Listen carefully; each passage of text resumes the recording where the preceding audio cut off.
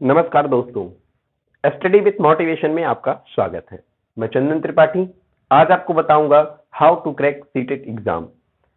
देखिए, CTET exam crack करने की यदि बात है तो सीटेट एग्जाम कोई बहुत बड़ा एग्जाम नहीं है जिसे हम क्रैक ना कर सकें, लेकिन कुछ कॉन्सेप्ट हैं। क्योंकि सीटेट का एग्जाम सीबीएसई लेती है, तो अगर वो सीटेट का एग्जाम करवा रही है, सेंट्रल टीचर एलिजिबिलिटी टेस्ट, तो इसलिए करवा रही है कि आपकी योग्यता और असयोग्यता के साथ साथ आपकी स्मरण शक्ति तथा आपके सीखने के अनुभव और आपने कितना सीखा और किस तरीके से आप बच्चों को उसे बता सकते हैं, यह जानने के लिए आपका एलिजिबिलिटी टेस्ट लिया जाता है। तो चलिए बात करेंगे कि सीटेट का एग्जाम कैसे क्लियर हो। जैसा कि सर्वविदित है कि सीटेट का जो एग्जाम होता है 150 क्वेश्चन आते हैं, प्रत्येक क्वेश्चन 1 नंबर का होता है जो कि 5 भागों में बटा होता है। जैसा कि आप सभी जानते हैं, बाल विकास, पर्यावरण, हिंदी, अंग्रेजी, संस्कृत। कुछ लोग संस्कृत लेते हैं और कुछ लोग इसमें इंग्लिश लेते हैं। तो इंग्लिश और संस्कृत का जिसने जो भी लिया है, उर्दू भी है, बाकी जो जो अपनी भाषाएं हैं, सेकंड लैंग्वेज जो भी जो ले सकता है। तो 5 सब्जेक्ट जो मुख्य मुख्य मैं आपको बता दे रहा हूं, वो आपका है बाल विकास हो गया, संस्कृत हो गई, हिंदी होगा, पर्यावरण हो गया और गणित हो गई। इनको मिलाकर के 150 नंबर आपके टोटल होते हैं।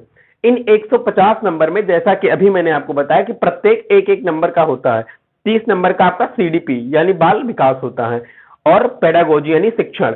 तो टोटल 150 की अगर बात की जाए तो 150 में आप अगर देखेंगे तो प्रत्येक भाग में बाल विकास को छोड़ के, क्योंकि बाल विकास तो पूरा बाल विकास ही है, उसको छोड़ के जो बाकी 4 सब्जेक्ट आपके बचते हैं उनमें 50% जो आपका है वो शिक्षण से आता है।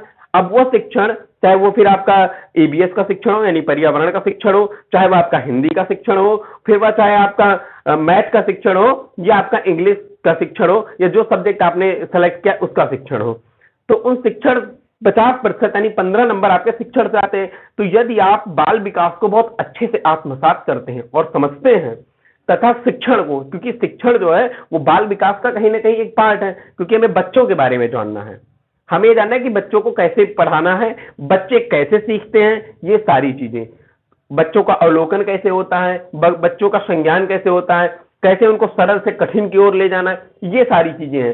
तो स्टडी विद मोटिवेशन में आपको 1 बाय 1 जो क्लास दी जाती है, अगर आप स्टडी विद मोटिवेशन के सारे वीडियोस देखेंगे तो उसमें देखेंगे आपको 10 मिनट 15 मिनट की ही वीडियो दी जाती है, लेकिन उसमें एक जो टॉपिक उठाया जाएगा वो टॉपिक पूरा क्लियर कर दिया जाएगा, पूरा कंप्लीट किया जाएगा, क्योंकि प्रत्येक टॉपिक से 1-2 नंबर आते हैं। और ऐसे ही जो है सीटेट का एग्जाम क्लियर करना है तो थोड़ी बहुत तो मेहनत करनी ही पड़ेगी। अगर आप ये सोचे कि आपने कभी पढ़ाई नहीं किया है और आप डायरेक्ट जाकर के एग्जाम दे दें तो ये पॉसिबल नहीं है। वैसे कुछ ही ऐसे प्रतिभाशाली लोग होंगे इस दुनिया में जिनका क्लियर हो जाए, बाकी इतना भी इजी नहीं है, लेकिन इतना कठिन भी नहीं है। अभी कितना कठिन है और कितना सरल है इसका हम मूल्यांकन इस तरह से करेंगे। यदि आप सीटेट की परीक्षा की तैयारी करते हैं और मान लीजिए आपका मैथ, संस्कृत, इंग्लिश, ये 3 सब्जेक्ट में से कोई वीक है, जैसे मेरा मैथ वीक है और मेरी संस्कृत भी थोड़ी वीक है, तो मैं क्या करता हूं, अगर मेरी ये दोनों सब्जेक्ट मेरा अगर वीक है तो मैं सबसे ज्यादा फोकस अपना बाल विकास पे करता हूं। बाल विकास के साथ साथ मैं शिक्षण पे करता हूं। तो बाल विकास के 30 नंबर मेरे पक्के। आपकी जानकारी के लिए बता दूं, हालांकि मैं पिछली वीडियो में बता चुका हूं कि मैंने 2019 में सीटेट क्लियर किया, 2020 में किया, 21 में मैंने फॉर्म नहीं डाला था, 22 में भी डाला हूं, 22 में भी निकालूंगा। तो इसमें क्लियर क्या करना होता है कि मैंने क्या किया, मेरा मैथ थोड़ा वीक था तो मैंने संस्कृत सेलेक्ट किया था, संस्कृत मेरी थोड़ी सी ठीक थी, मैथ भी थोड़ा बहुत ठीक है, तो मैंने मैथ और संस्कृत पर जितना ध्यान देना था नॉर्मली उतना दिया, लेकिन सर्वाधिक ध्यान मैंने अपना केंद्रित किया बाल विकास की तरफ, पर्यावरण की तरफ और बाल विकास, पर्यावरण और हिंदी की तरफ, क्योंकि ये तीनों स्कोरिंग सब्जेक्ट थे। तो मुझे बाल विकास में 30 में 29 नंबर मिले, पर्यावरण की अगर बात की जाए तो पर्यावरण में 27 नंबर मिले, और अगर हिंदी की बात की जाए तो उसमें 28 नंबर मिले।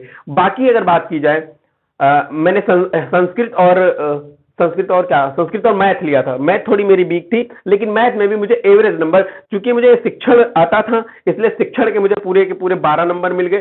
3 क्वेश्चन शिक्षण के मेरे गलत थे और उसके साथ में 3-4 नंबर और मिल गए, यानी टोटल जो मुझे नंबर मिला वो 17 नंबर मिला मैथ में। तो ऐसे ही मेरे, और अगर इसकी बात की जाए संस्कृत की, तो संस्कृत में भी शिक्षण आता है और संस्कृत मेरी थोड़ी बहुत ठीक थी, इसलिए संस्कृत में मुझे 22 नंबर मिल गए। तो मेरा रिजल्ट ओवरऑल अच्छा रहा, लेकिन इस बार और अच्छा करने के लिए मैं चाहता हूं कि मैं फिर से इससे जितना भी मेरा आया उससे बेहतर नंबर आए, इसलिए मैंने फिर से इस बार फॉर्म 2022 में डाल दिया है। तो आप लोगों से निवेदन है कि अगर किसी का अगर मैथ, इंग्लिश या संस्कृत वीक है तो ऐसा नहीं उसको छोड़ दे, क्योंकि अगर आप उसको छोड़ देंगे तो भी आपका कहीं ना कहीं स्कोर पे प्रभाव पड़ेगा। तो आपको करना क्या है, आपको जो आपका क्लियर है उसको और अच्छे से क्लियर करना है, कि जिसमें आपकी त्रुटि कम होती है उसमें ना के बराबर हो, क्योंकि माइनस मार्किंग होनी नहीं है। तो आप स्टडी विद मोटिवेशन के साथ जुड़े रहें।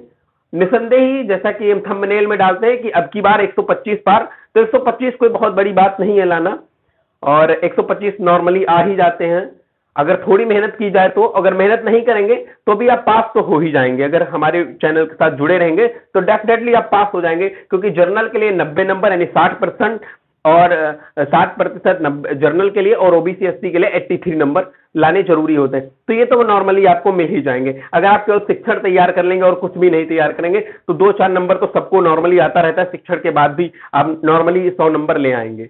तो ये हमारी स्ट्रेटेजी थी कि हम कैसे पास करेंगे। तो सबसे पहले आप उन सब्जेक्ट को मजबूत करिए जो आपका मजबूत है, और जो मजबूत नहीं है उसे छोड़िए मत, उसको लेकर के चलिए।